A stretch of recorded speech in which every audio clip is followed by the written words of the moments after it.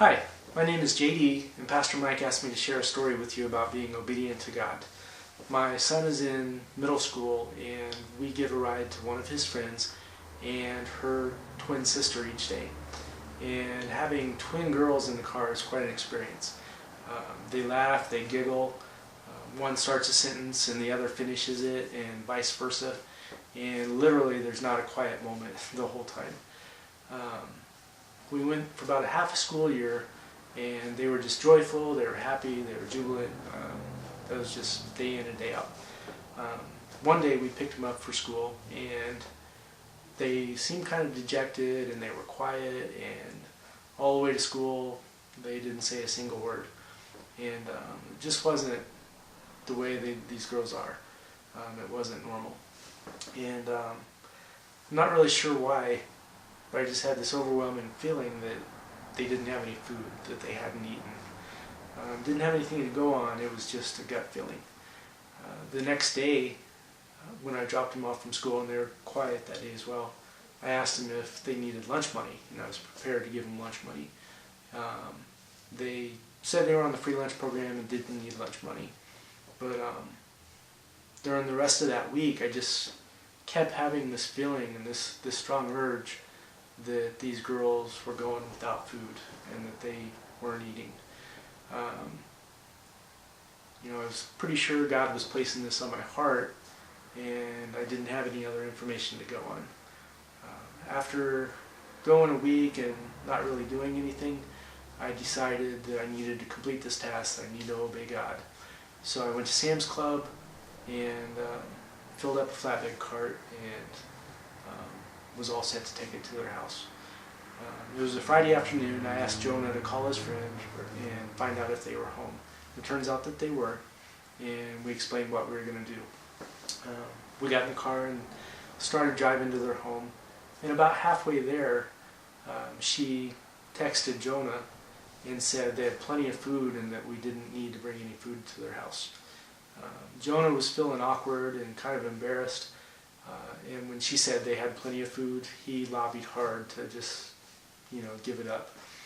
And after talking for a minute or two, and especially with her feedback that they had plenty of food, we decided to go home. And we turned around and started driving home, and right away, I again had this strong urge that I need to complete this task. It was like getting hit by a ton of bricks. I can't really explain it. I just know in my heart that God wanted me to do this. So I explained that to Jonah, and we turned around and started going back to their house again. And we pulled into the driveway, and Jonah's friend, her sister, and her mother came out to meet us. And I sheepishly explained to their mother that I had bought groceries and asked if it was okay if we brought them in. And she said yes. So we started grabbing boxes and carrying them into the house. And when I went into the kitchen, I noticed right away the cabinets were all missing their doors, so we could see everything in their kitchen.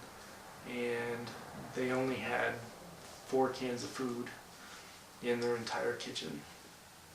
So God was right. They didn't have any food. My heart just kind of broke right there on the spot, partially because they didn't have any food, but also, probably even more so, because God made me aware of this problem, and I nearly failed to do anything about it. We even had a car full of food, and we're halfway to their house, and we turned around to go home and give it up. Some people would say that we blessed a family that day, but I've kind of learned that I received the biggest blessing because I learned to listen to God. God knows where the needs are, and He will speak to our heart and let us know about it. All we have to do is listen and then act. It's difficult sometimes to set aside our doubts and our discomfort, but I know that if we listen to God and act on His calling, the good things will happen. the best part of this story is that it's not finished yet. What I just described happened nearly 2 years ago, but for the last 2 weeks, this young lady has attended youth group at our church here, and I'd appreciate it if you would keep her and her family in your prayers, that they would find God through this.